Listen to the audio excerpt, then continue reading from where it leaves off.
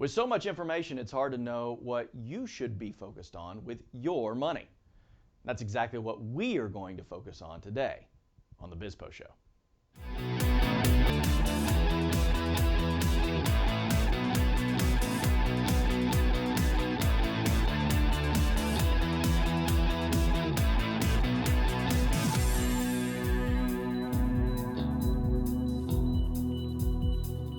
Welcome to the BizPo Show. I'm Seth Denson, coming to you from Dallas, Texas.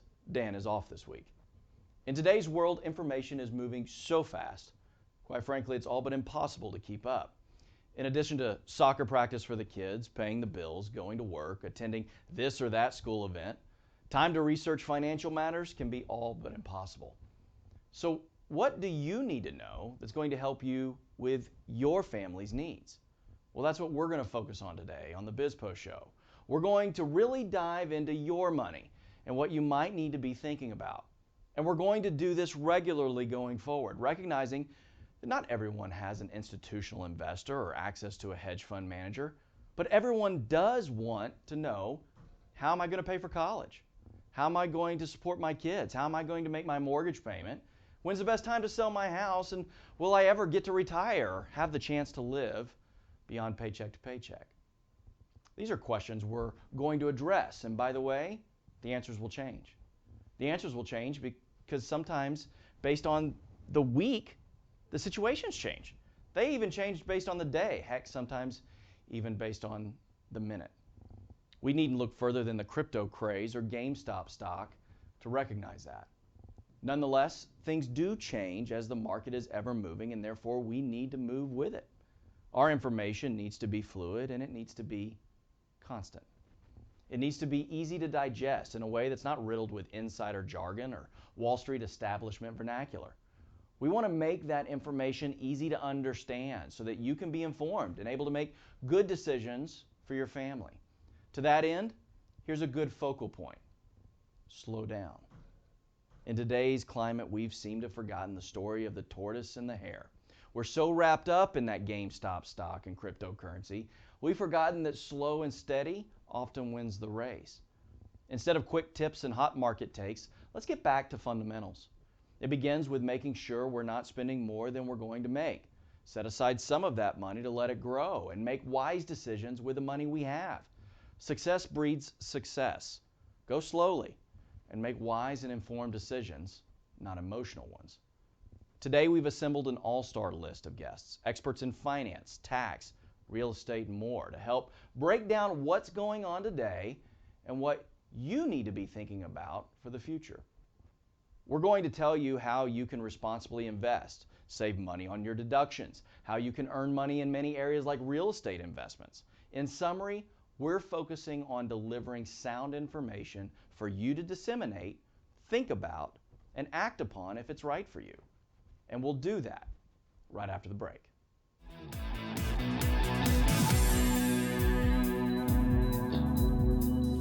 Welcome back to the BizPo Show. As someone who's been a study of the market trends for really the past 20 years, I'm amazed at how quickly we've forgotten the goal of long-term success in lieu of short-term gains. We teased at the top of the show things like cryptocurrencies and short sales, but really, what should one be focused on when it comes to their investments? To weigh in on this, we turn to Antonio Valente. He's an investment advisor and legacy planner and a partner at the Penn Valente Group, and he joins us now. Antonio, welcome. Thank you. Thank you so much, Seth. Good to see you Thanks again. for being here, buddy. So listen, there's a lot of noise when it comes to investing these days. And for the non-institutional investor, it seems that there's almost too much opportunity to try to digest or make sense of all of it. So what should investors be thinking about right now?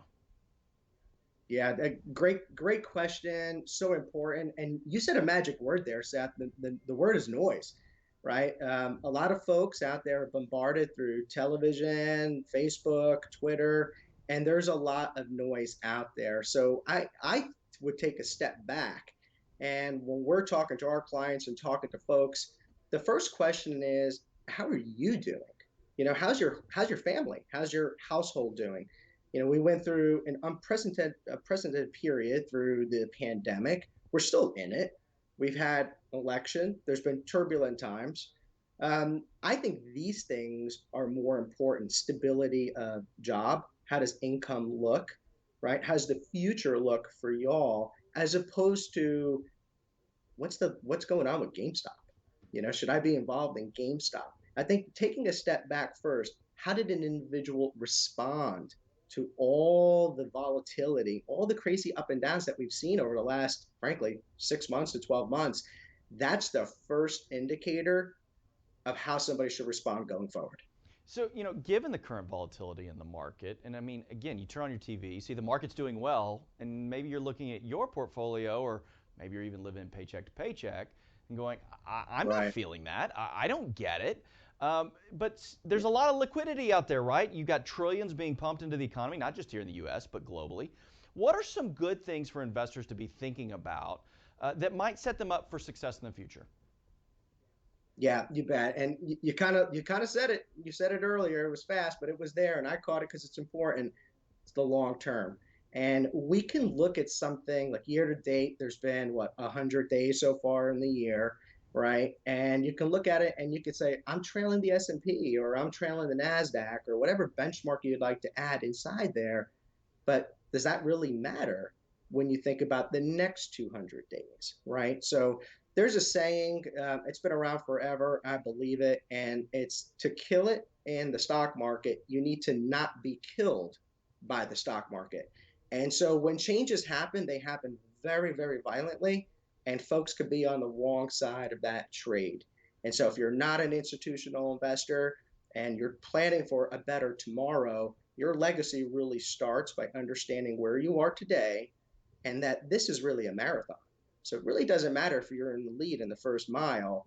We're trying to help our clients get there to 26.2 miles. That's a long term game. So, what do you tell somebody who really hasn't got a portfolio at all, right? They've got really nothing invested. Maybe they have a small 401k, or they're just started investing there, or maybe they even haven't. Where do you tell somebody to start to weed through all of the noise and actually start setting aside for the future? Yeah, yeah, you bet. Great question. The best time to start was yesterday, and the next best time is today. So I don't want anyone ever, no one ever comes to our office and feels bad about where they are today. And we're trying to help folks understand and feel better about where they're going tomorrow. And so if you don't have anything set up today, that's okay. And you can start a better tomorrow by a better today. And that might be opening up an IRA, opening up a basic account.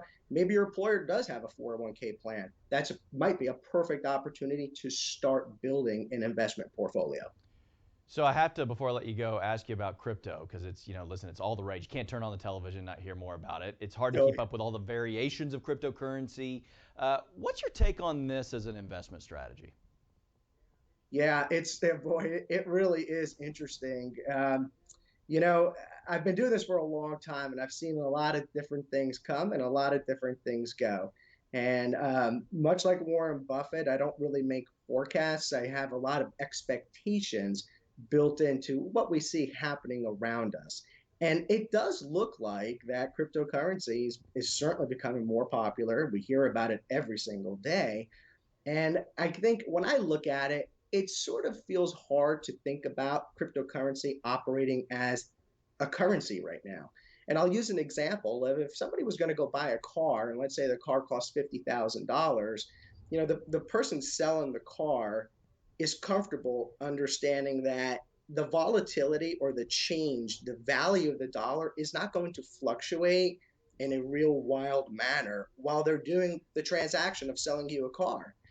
Now let's take that and say it's Dogecoin, right? Elon Musk really likes Dogecoin, and let's say it's Dogecoin. Well, Dogecoin's up 300%, I think, this week.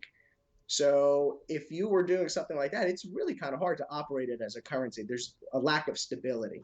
So we look backwards in cryptocurrency. We see wild volatility around the prices. We expect that to continue. Perhaps the conversation around cryptocurrency is this becoming a new asset class that folks should be considering, like stocks, like bonds, like gold? Perhaps this needs to be part of the equation and conversation of maybe I just need to have something that's uncorrelated to the markets. Antonio Valente, thanks for your expertise. You bet. Well, it's hard to think about investments without also wondering about the tax ramifications. We'll discuss that with our next guest after the break.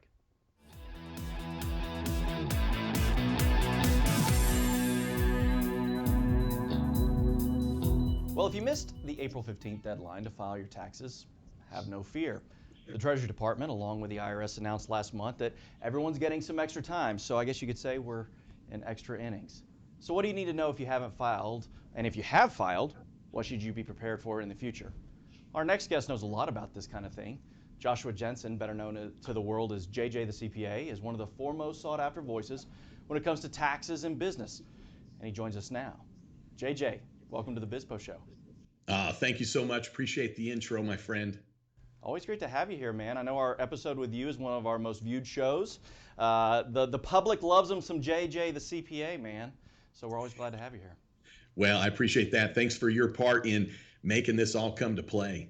Well, hey, let's dive right in. I know that this got to be kind of Super Bowl season for you. By now, you would probably have a cocktail in hand, right? Smoking a cigar, saying we're done, we're past it, it's all over.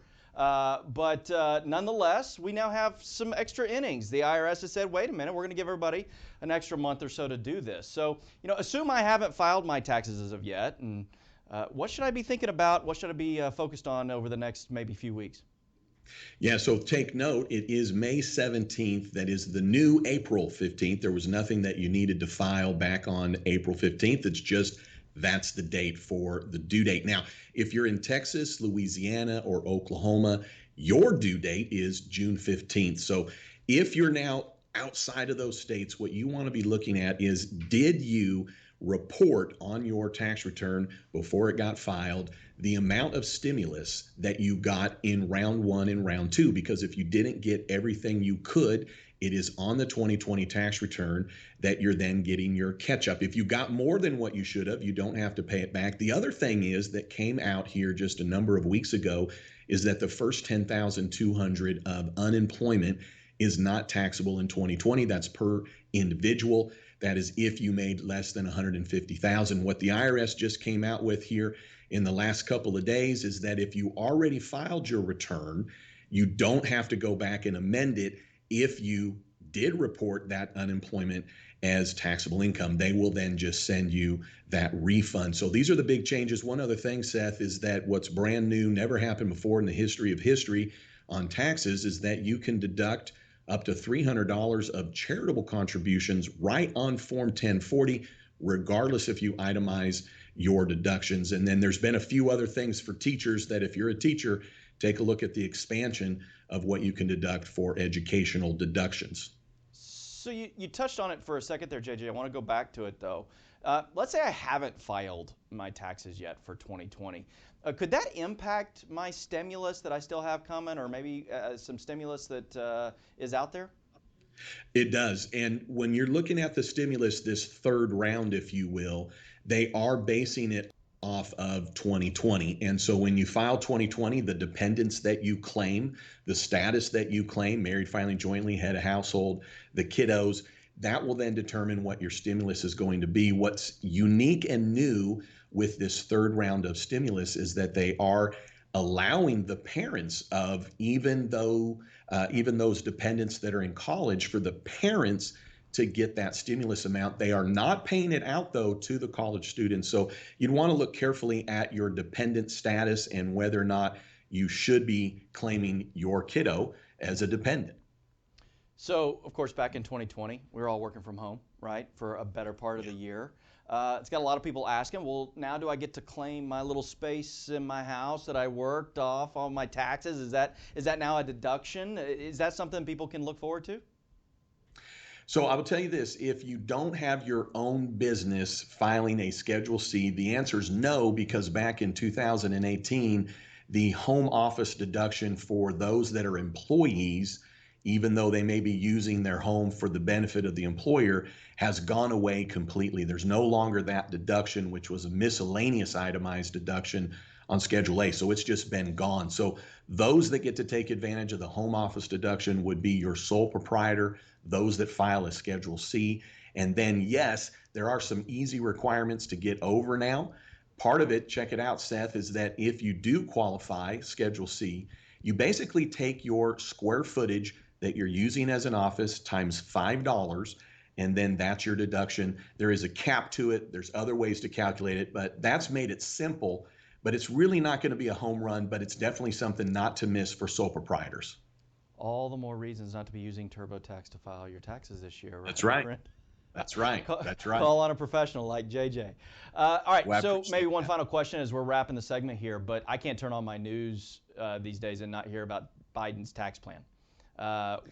We're already a third of the year into 2021. Are there things that I need to be doing right now to better put me in a position for success come filing my 2021 taxes, or maybe even beyond? So the biggest thing that seems to come out of the Biden tax plan is that there really won't be any changes for those that are making less than 400,000. However, if you look at the minutia, there is going to be a minor effect to everyone, in my opinion, because the tax rates are going to change. And then at what income level do you get into those tax changes? So what do you really need to be paying attention to is your withholding. So for your wages, or if you're paying estimated tax payments, just be mindful of that. Now, right now in today's environment, we're just looking at the same tax rates that we've always been involved with, but we probably want to keep an eye on the withholdings. I don't really see anything outside of a higher capital gains rate potential as we move forward as a major impact to probably most Americans. We're going to see some impact on small businesses, but the thing is that don't be surprised come tax time if your refund is less. And that assumes, though, that we do have some tax changes in the year of 2021. JJ the CPA, man, we always appreciate your wisdom here on the BizPo show. Thank you, sir. Thanks, buddy. Well, even people living under a rock know that, especially in certain parts of the country right now, we're experiencing a real big real estate boom. So what does that mean for you? Is now the right time to sell your house? What about buying and perhaps even investing? There's a lot of shows about flipping houses and investment and things. So to provide some expert insight, we turn to Tyler Hull, CEO of Hull Homes and a foremost expert in all things real estate. Tyler, welcome to the BizPo show. Thank you, Seth. I appreciate the introduction and the offer. Absolutely. Great to have you here. So let's dive right in. What do you say to those who think that right now, given the booming real estate market we're all hearing about, is the right time to sell their house? Is that right? Yes, that's exactly right. Right now is the perfect time to sell your house. We are seeing massive shortages in the surplus of homes that are available to buyers. We're seeing lots of individuals that are coming on the buying side that are actually super cash heavy. So we're getting 5, 10, 15, 20% over list price currently in the marketplace because we have such a low surplus of the homes available. Now, is this a phenomena that's all over the country, or is that just in specific parts of the nation? We're seeing a lot of the states, California, New York, Massachusetts, New Jersey, Illinois. A lot of these individuals are moving from these states. They're coming down south, and we're noticing that there's a huge percentage of these individuals, especially over the age of 55. They're kind of cashing in their chips. They're moving down south. Maybe it's because of the weather. Maybe it's because of the retirement. Maybe it's because of the less restrictions in the COVID. But we're definitely seeing a lot of individuals coming from the big city markets further down south, and they're really absorbing the marketplace. Interesting. You mentioned down south. What about the suburbs? I mean, I know that during COVID, it seems like we were reading reports that people were leaving the more metropolitan areas, so maybe a little bit more of that suburban lifestyle. Is that continuing to be the trend? Yes, we're seeing huge switches from New York City, Chicago, multiple cities in California, Boston, all of these inner city areas. A lot of them have packed up. They're over with that, and now they're getting a little piece of the American dream subdivided into the homes in the subdivisions. Subdivisions, but it also sounds like, based on the states that you mentioned, that maybe that has something to do with lower cost of living, maybe lower state income taxes. Florida, Arizona, Texas, some of those? Exactly. That's a definite bonus in the pocketbooks of a lot of those individuals that are paying very high taxes. New York, California, a lot of these places take a lot of that hard-earned income out of their pocketbooks, and they can apply that and keep that here so they can get more house here, larger yards, the subdivisions are very large. They can also take advantage of the interest rates right now. So Tyler, I know that you're based out of Texas. What does that mean for those that have been living in Texas, right? So people coming from California perhaps, who are used to spending a lot more money than maybe the cost of living in Texas. Is that going to drive the real estate market up in Texas specifically? Yes, we're seeing a huge surplus in buyers that are coming from out of state, like I mentioned before. We just don't have the available homes right now. We're in the middle of April. We're seeing that the majority of individuals that are selling their properties, typically they wait towards the end of the school year, especially in Texas. So we're going to see a giant surplus in the May into the June areas. So right now we have all these individuals that are coming from out of state. They're buying up their properties. They're offering cash. There's not enough homes for sale. So that's really making it unfortunate for some of those financing buyers to have the opportunity to purchase homes, and the cash buyer is always winning. Well, so it sounds like everything you're saying sounds like this is a seller's market. So if Absolutely. I'm a buyer, what do I do? What do I do to make sure that maybe I get the house of my dreams, or I at least get a house, period? First thing you want to do is you want to make sure you call a lender, mortgage expert, and make sure that you have all of your ducks in a row. You want to make sure you have your cash position. You want to make sure that you have your debt to income ratio, your credit score checked. First thing, those things are the most important, because what we can do is those will adjust your interest rate, allowing you to purchase more home. Next thing you want to do is call a licensed agent. Make sure that you have someone that's seasoned, that has a lot of experience in the area you're looking for, because they're going to know the ins and the outs, the school districts, what houses have a better success rate for equity build. All these things are very important into the process of you getting that house of your dreams. Tyler, before I let you go, shifting gears a bit, I can't turn on the television on Saturdays and not watch, reruns of Chip and Joanna, or the brothers that like to flip houses. It seems so easy, right? In 30 minutes, they can find a house, demo the house, put beautiful things in it, and make a bukus of money. What's the reality there? If I've got extra money to invest, and maybe I'm looking at putting it into some new and different things, and I watch these Saturday shows, and I go, hey, I think I want to flip a house. I think that may be good. I got some liquidity right now thanks to some stimulus. What do you say to those folks that want to be Chip and Joe? Tread lightly. Those shows are made to look successful and easy and fun. Speaking from the real estate side, right now buying a property that would be considered to be a rehab property would be very dangerous, because sellers are able to maximize their profitability right now. So you being the buyer, you would pay top dollar for something that you're going to rehab. And that window of getting your money out may be closed in the future. In addition to that, you have to remember that you have to have construction costs. You have to make sure that you have all of these different items: electrical, plumbing, roof, foundation, building supplies. We're at an all-time high with building supply costs right now. Wood, appliances, all of this, because the supply chain has been disrupted so bad from COVID-19 that we're a backlog with all of these items that are needed to make your house what you want it to be, or your house the flip of your dreams, so that you can profit off of that. Tyler Hull, Hull Properties. Thanks for joining us, buddy. Seth, thanks for having me. I appreciate you.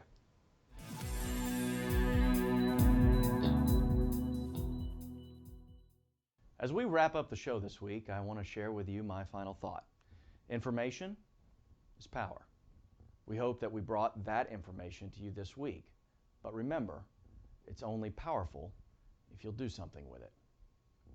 That does it for this week's edition of the BizPo Show. From everyone that made this one possible, thank you. And we hope that you'll join us again next week. From Dallas, Texas, and for my good buddy Dan Geltrude, I'm Seth Denson. Good night.